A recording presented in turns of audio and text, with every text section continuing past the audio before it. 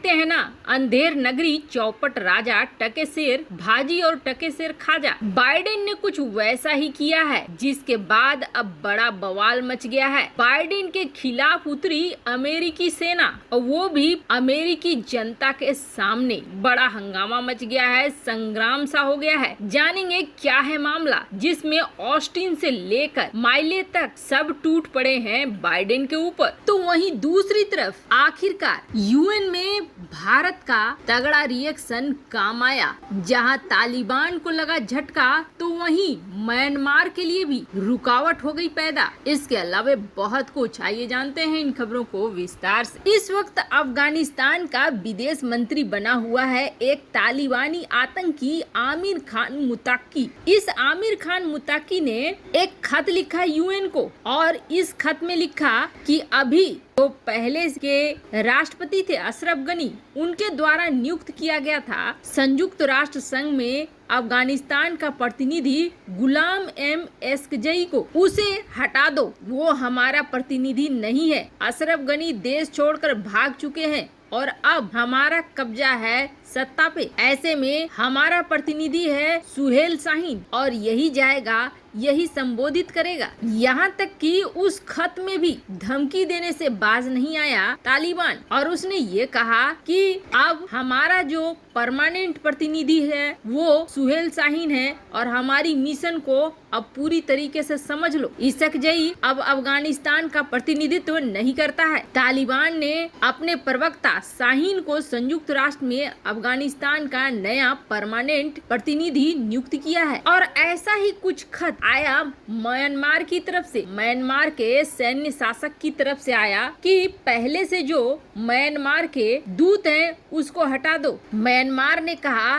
कि यूएन में जो राजदूत हैं क्यों मुइतुन, उनको हटा दिया गया है, अब उनकी जगह आंग थुरीन को बनाया गया है। इसलिए ये ही अब म्यांमार की तरफ से बोलेंगे। अब धर्म संकट खड़ा हो गया यूएन के सामने। लेकिन यूएन ने पिछली मीटिंग में विरोध देखा था, भारत का विरोध तालिबान के प्रति, और भारत की वजह से पूरी दुनिया किस तरीके से समर्थन में आ गई वो भी दिखा। यहाँ तक कि न चाहते हुए भी चीन रूस को भी भारत की सुर में सुर मिलाना पड़ा, जिसे देखते हुए आखिरकार यूएन ने हाथ खड़े कर दिए और कहा कि दोनों में से किसी को भी जो आप ऑफर लेकर आए हो बोलने का मौका नहीं दिया जाएगा। और अभी काउंसिल इस पर विचार करेगी, देखेगी, समझेगी और तय करेगी कि आपके प्रतिनिधियों को प्रतिनिधि माना भी जाए या नहीं माना जाए। तालिबान ने ये कहा कि अशरफ गनी को कोई राष्ट्रपति नहीं मानता है, लेकिन सच्चाई ये है कि अशरफ गनी को न सही, लेकिन अमरुल्लाह सालेह को अभी उनकी जगह राष्ट्रपति माना जा रहा है। कई देशों में माना जा रहा है, यहाँ तक कि तजिकिस्तान तक में माना जा रहा है। यूएन में भी अभी राष्ट्रपति अमरुल्लाह सालेह को माना जा रहा है, न कि किसी तालिबानी को। खैर, तालिबान और म्यांमार के सैन्य शासक दोनों के लिए ये कठोर संदेश बहुत जरूरी था, क्योंकि ताकत के बल पर ऐसे तो हर कोई किसी भी देश में अपनी सत्ता पर काबिज होना चाहेगा। वहीं दूसरी तरफ अमेरिका में मचा हुआ है हंगामा। जब से अफगानिस्तान में तालिबान का शासन आया, तब से जो बाइडेन बुरी तरीके से फंसे हुए हैं। वैसे अफगानिस्तान की सेना इतनी जल्दी पतन करेगी ये अंदाजा किसी को भी नहीं था, लेकिन इसके लिए भी अमेरिका जिम्मेदार था कुछ हद तक अशरफ गनी सरकार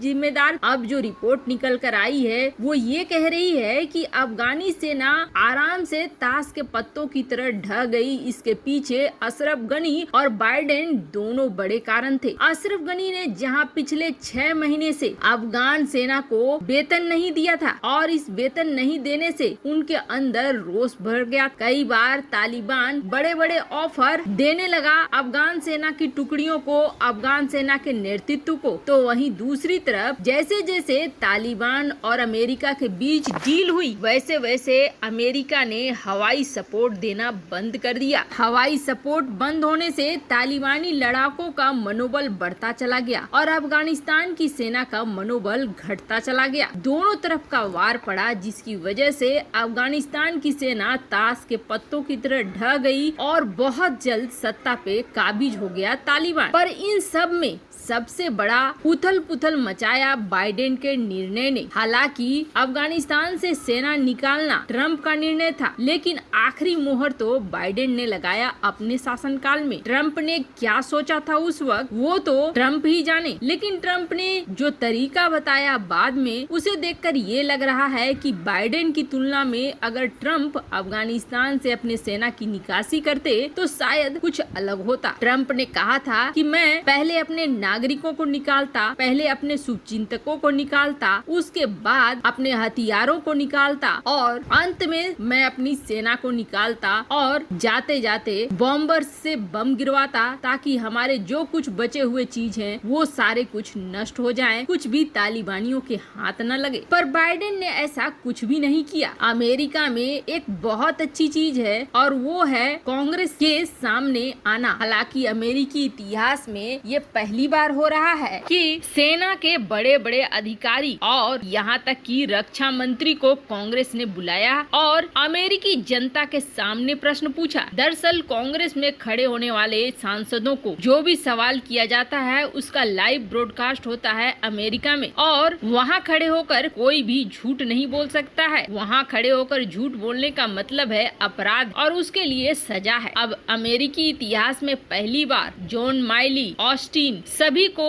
इस कांग्रेस में उतारा गया और उनसे डायरेक्ट सवाल किए गए। उनसे पूछा गया कि अफगानिस्तान में जो इस तरीके का हुआ इसके लिए जिम्मेदार कौन है, जिस पर अमेरिकी जनरलों ने ये कहा कि हमने बाइडेन को कहा था कि 2500 सेना अमेरिकी सेना को अफगानिस्तान में अंत तक रुकना होगा, लेकिन बाइडेन ने हमारी बात नहीं सुनी। वैसे आपको बता दें, इस कांग्रेस की मीटिंग से पहले बाइडेन से जब ये सवाल किया गया था कि ऐसा सुनने में आ रहा है सेना ने आपको कुछ अलग सलाह दी थी, सेना ने कहा था अफगानिस्तान से विड्रॉल करना बहुत ही गलत निर्णय होगा, फिर भी आपने विड्रॉल किया, तो बाइडेन ने कहा मुझे ऐसा कोई भी सलाह नहीं दिया गया है। पर अब कांग्रेस में जब अमेरिकी जनरलों ने ये बात कही तो रक्षा मंत्री ऑस्टिन ने भी कहा कि हाँ ये सही कह रहे हैं। इस तरह की सलाह दी गई थी लेकिन उस पर एक्शन नहीं लिया गया। तब ऑस्टिन से ये पूछा गया कि क्या इसका मतलब ये है कि बाइडेन झूठ बोल रहे हैं। इस पर अमेरिकी जनरलों ने सीधा सीधा आंसर नहीं दिया। वैसे आपको क्या लगता है, क्या आप सहमत हैं बाइडेन ने अफगानिस्तान में विड्रॉल बहुत गंदे तरीके से किया? कमेंट कर अपनी राय जरूर बताएं। जल्द मिलते हैं अगले वीडियो में नई खबर के साथ।